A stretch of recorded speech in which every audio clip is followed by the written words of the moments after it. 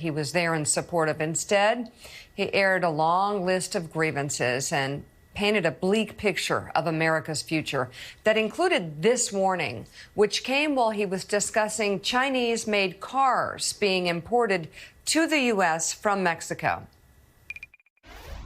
We're going to put a 100% tariff on every single car that comes across the line, and you're not going to be able to sell those cars if I get elected.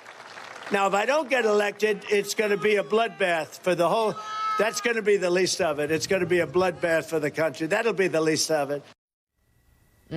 Shortly after the speech, the Trump campaign tried to clean up those comments, insisting in a statement to NBC News the former president was only talking about a bloodbath for the auto industry and auto workers. And before everyone gets triggered and is shocked, because this is a shock opera that we have to unfortunately endure because we're constantly shocked by what he says. But don't let that shock, don't let that trauma let you forget what you're hearing. Well, believe him. And Jonathan O'Meara, back to you, because you're reporting on this.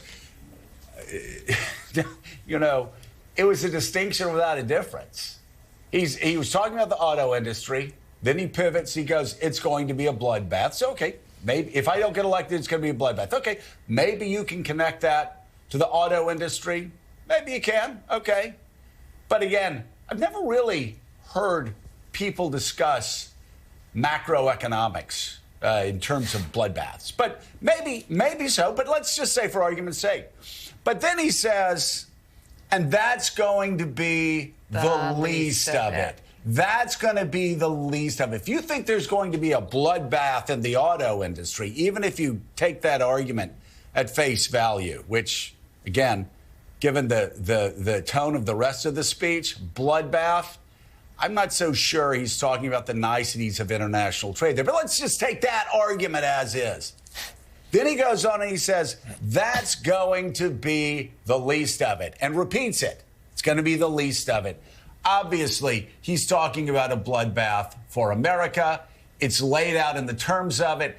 And these idiots on Twitter, these idiots on cable news, these idiots on Sunday shows going, well, president, you know, he was talking only about the auto industry, and this is one more. It's just bullshit. Let me say that at 6:15 a.m. It's just bullshit. He knew what he was doing. We're not stupid. Americans aren't stupid. He was talking about a bloodbath. Sometimes a bloodbath means a bloodbath.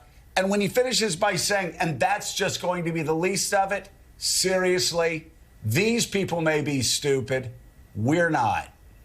No, it is clear what he meant. And one of Trump's sort of rhetorical gifts, if you will, is he speaks just vaguely enough and just circuitously enough that people can kind of read into different meanings. He allows himself a little wiggle room and a little out every time. And we saw this in the aftermath of what became a firestorm about his bloodbath comments, because rightly, it was the headline that came out of that rally in Ohio. It was reported all over the place. And immediately you saw, we showed the statement already, the Trump campaign within minutes put something out because they recognized. They knew he had screwed up. They knew he had screwed up. And they do have some professionals on their team. And they immediately realized it was a problem. And they tried to clarify it with that comment. But what happened then was there was a snowball effect on cable news and particularly on social media. Voices in the right wing, including some very prominent voices on the right wing, really pushed back against this, claiming the media was taking out of context, that we were biased against Trump, that we were misconstruing what he said, et cetera, et cetera. And as you say, Joe, yes, his comments about bloodbath came shortly after he was talking about the automotive industry. But again, that'll be the least of it. That's the tell. And also, it's that sort of violent language that was peppered throughout his speech, a speech that, again, mind you, began with the former commander-in-chief saluting the version of the national anthem being performed by January 6th convicts. So in that, Ed Luce, is, where if you think you shouldn't take this seriously, one should believe him. At this point, the violence of January 6th is something that he talks about in a wistful way. He wants to help these people who have committed crimes. And we look at global threats around the world, and it seems that the threat of violence within, I'm reading a lot lately about people concerned about more violence here in the U.S. promulgated by Donald Trump. And when he does that, you can see that he's serious about it. Yeah, look, I don't really need much context to understand what he's saying. I know that people have been going over and over his words. It's very clear what the use of the word bloodbath and that subclause when he says, oh, and by the way, if I don't get elected, means. As Joe said, you know, auto analysts don't usually use terms like bloodbath when it comes to upturns or downturns in the auto industry.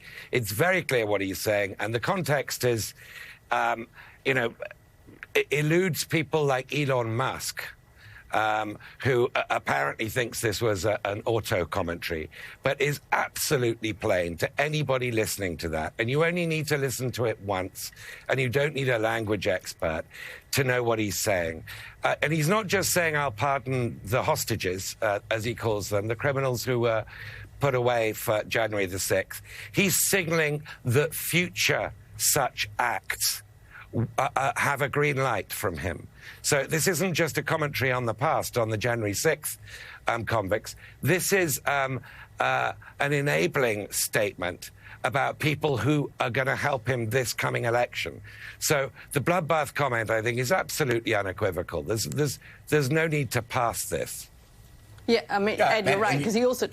Go ahead, Joe. No, I'm sorry, Katie. Go ahead. Yeah, I mean, he also puts this, Trump, in the context of this will happen to the country more broadly. I went back this weekend. It's worth in this moment, I think, looking at the work of Rachel Kleinfeld, who's